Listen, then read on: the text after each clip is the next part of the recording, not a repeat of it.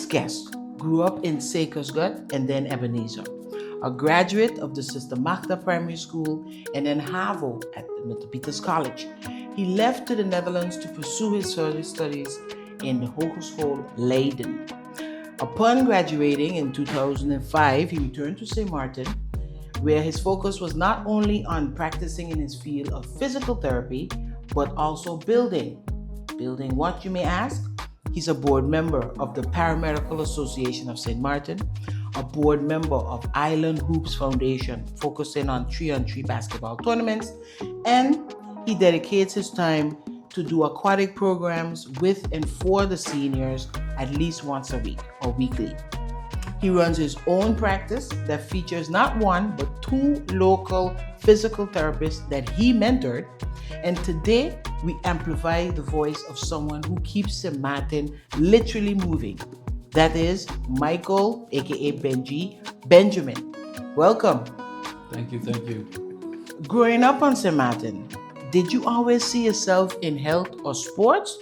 Or how did you get drawn to this field? I always knew I wanted to do something in the medical field. The only problem was I didn't want to spend forever in school. I really was drawn to the sports and rehabilitation aspect of this profession. Seeing as the time would have been short, it was either this or nursing or some other paramedical field. So this was like the logical choice for me. If the younger version of you, running around Sekersgut or heading to school from Ebenezer, could see you now, building a practice, mentoring others, what do you think would surprise him the most?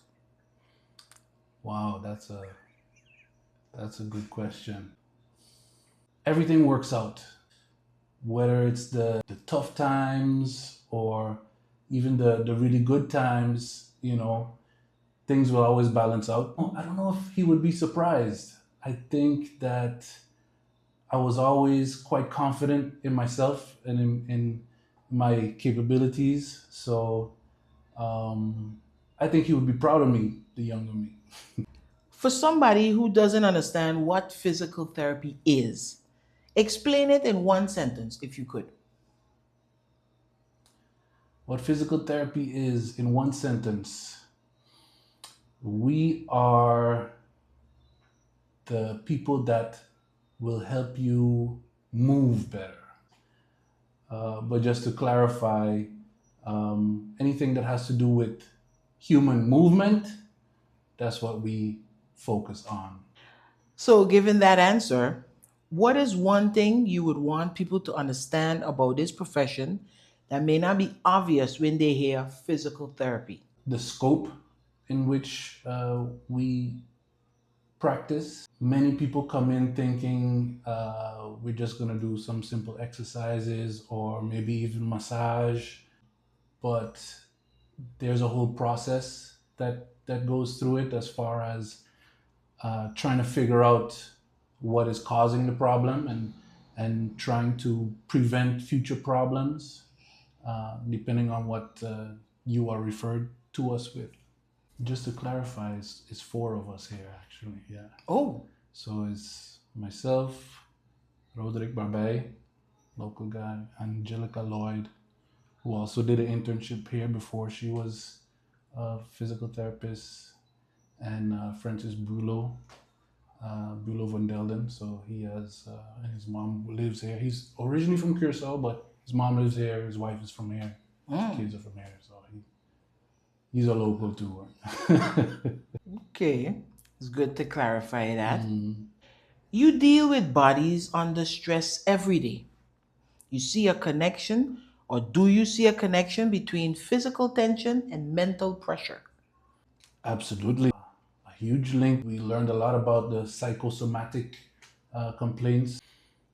That is a huge issue that we deal with every day. If you look at pain and pain behavior, and before you even start to work on something locally, there's a lot that you can deal with mentally that can influence your treatment.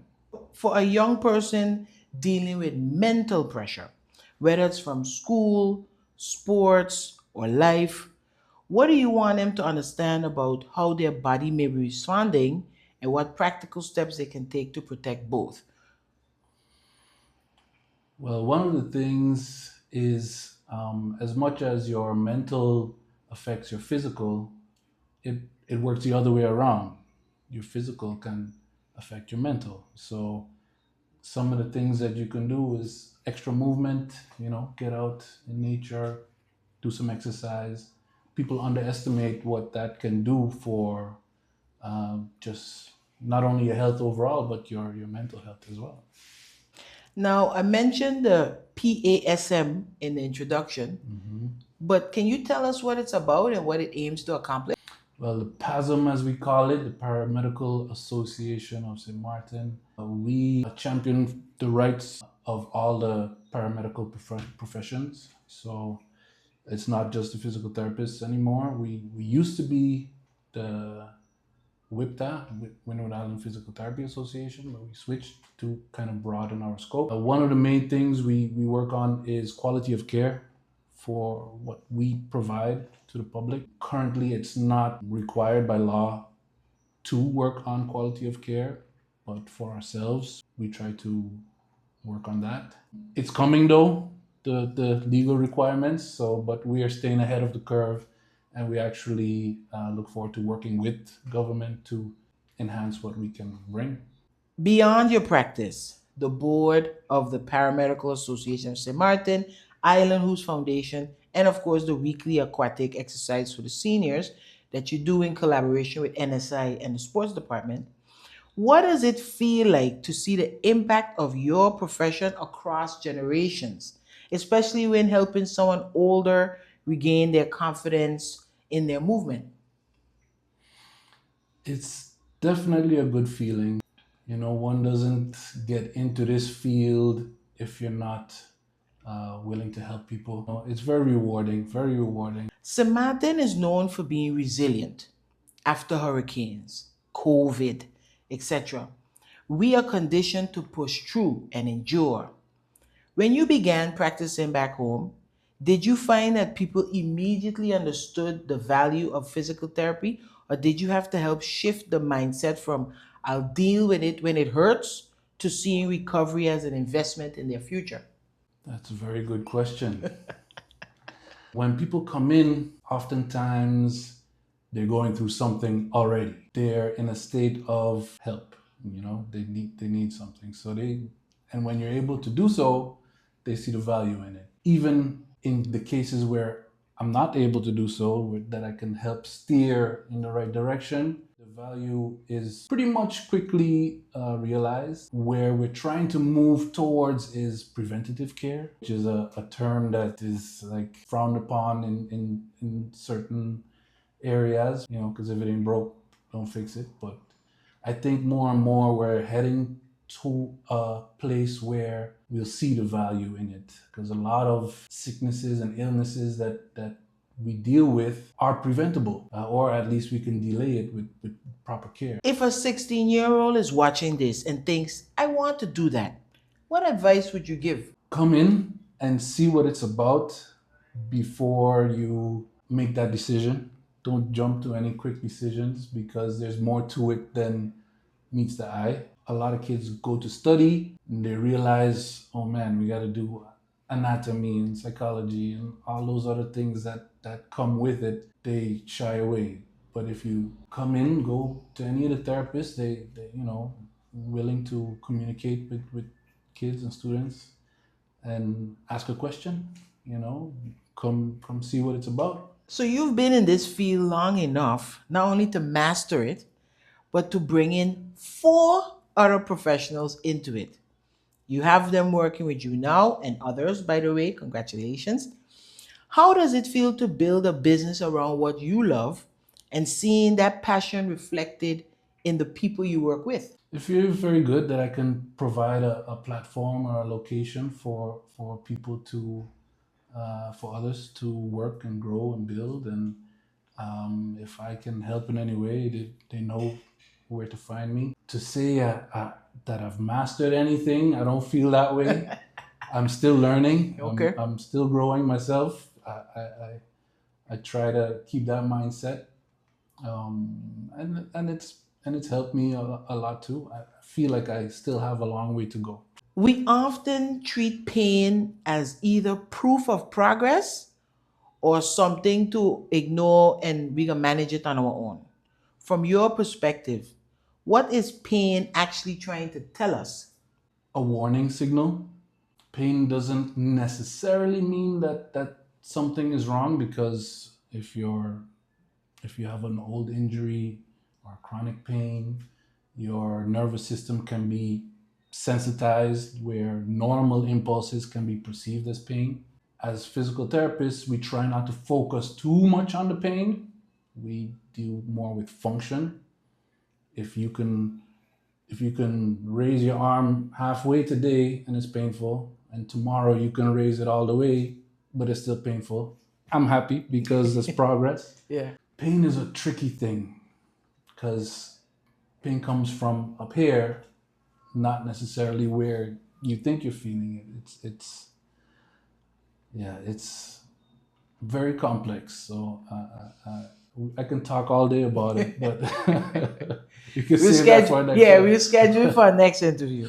You just mentioned sometimes the progress might be incremental but still present, and that's encouraging. Have you ever felt the pressure of knowing this person depending on me for their career, whether it's basketball or sports, or their livelihood, being able to walk up and down the stairs to their job? Do you feel and have you ever felt that kind of pressure? And how did you or do you cope with that? When I first started, I used to lose sleep over it, Wow. trying to. Someone comes to me and I feel like I wasn't able to do everything that I wanted to, or to live up to people's expectations. But uh, as it goes now, I'm able to manage people's expectations a lot better. It helps me sleep better too.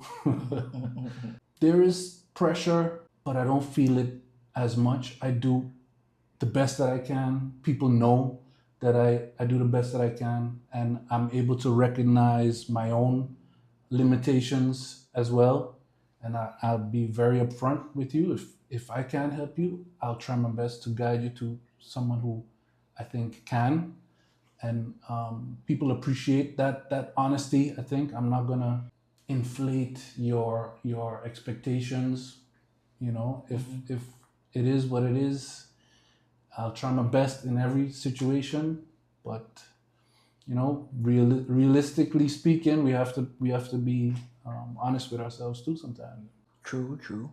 In your experience, what is the most powerful turning point you've witnessed in recovery? The moment when someone begins to actually believe they can return to the former version of themselves before injury. And what helps get them there? That is a very good question. I've witnessed a lot of turning points. There are types of patients, globally speaking. Those that are very motivated, maybe too motivated, that you know, they do something happens and they want to get back to it, and you kind of have to slow them down a little bit. Okay, you need to recover, rest and recovery. On the flip side, there are those that need motivation, need pushing. They don't trust their bodies anymore, or whatever it is that happened there. There's a lot of fear involved. I don't know, I'm thinking of a few patients, I'm getting goosebumps just thinking Okay. about it. Okay. But there is a moment where you get to push someone or show someone that you can trust yourself again. And going back to what we spoke of earlier, it's a mental thing where people kind of get over the hump of trusting themselves again. And it happens all the time, you know, and that's one of the rewarding things of this profession, is when you can help someone reach that point. So we've arrived at a segment of this program we like to call the propeller segment. Okay. It's essentially a part where I'll either ask you a this or that question, true or false question, fill in the blank question, Mm-hmm. and then you just Go with whatever your gut tells you the answer is. Okay. First one is a controversial one, and I'll leave you to fill in the why. But ice or heat with recovery, and why? That's an easy one, actually. Okay. Yeah. Heat all day, every day. Okay. Even the guy that came up with the rice principle, rest, ice, compression, right? Yeah. Even he debunked the ice part of it. Okay. Ice is good for pain reduction, but heat is better for circulation and to stimulate recovery. Okay. Every day I'm learning. True or false? Pain means you're getting stronger. False. Pain, like I said before too, it can be a warning signal. If you overuse is a real thing. Overexertion is a real thing. Sometimes you have to listen to your body. True or false? Physical therapy is only for physical injuries, not stress related issues. False. Um, some of the most effective treatments I've had, I don't lay a finger on someone. We just talk and give advice and um, postural things, how to sit, how to lift, how to move through your day in a fashion. True or false? Stretching before engaging in exercise is only a good idea if you have extra time to spare. That is false. But Oh, you have to be careful with how you stretch. There are nuances. okay. You know, Warming up is always a good idea, but you don't stretch a cold muscle. That can actually cause more problems. So, static versus dynamic stretches is look it up, but is definitely advised to include some stretches in your exercise routine. This is a fill in the blank one. The most underestimated injury is. I don't know. Wait, you stumped me on that one. Okay, okay. At least one question I like to stop the guest. Wow, I don't think I have an answer for that because everyone is so different. I've seen two people come in with exactly the same thing and react completely different. What I would say, people underestimate your body's ability to adapt. People tend to think, for example, a herniated disc is a life sentence for pain, but it's not the case at all. People underestimate how good your body can adapt. What is more powerful, strength or mobility, and why? Oof. No matter what I answer, I'm gonna get flack for this one because they work hand in hand. If you if you have all the mobility you want, but no strength to lift or move, then it's pointless. But if you're strong as an ox, but the joint doesn't move far enough, you're also nowhere. So, you know, I feel like it's a 50-50 on that one. Okay. They work hand in hand, cohesively. One without the other, it's a problem. All right, one final question before rounding off our conversation for today. As St. Martin prepares to celebrate 55 years of Carnival, a time of energy, movement, and long days on the road, what advice would you give to revelers, whether they are fully fit or managing old injuries, so they can enjoy the season without regretting it after? My advice to people, young and old, those with pain, those without pain, I would say listen to your body. If you're fully fit and going good, that's great.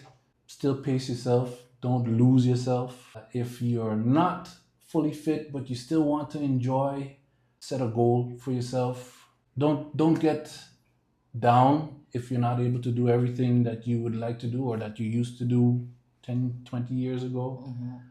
come in, see a physical therapist. We could get you fit for the road Ay, if ay, you ay. need to. Ay, ay, ay.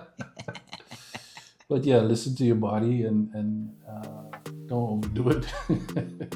Well, Michael, aka Benjamin, in a world that moves fast and rewards intensity, you remind us that longevity requires something deeper, which is awareness, knowing when to push, when to adjust, and when to stop.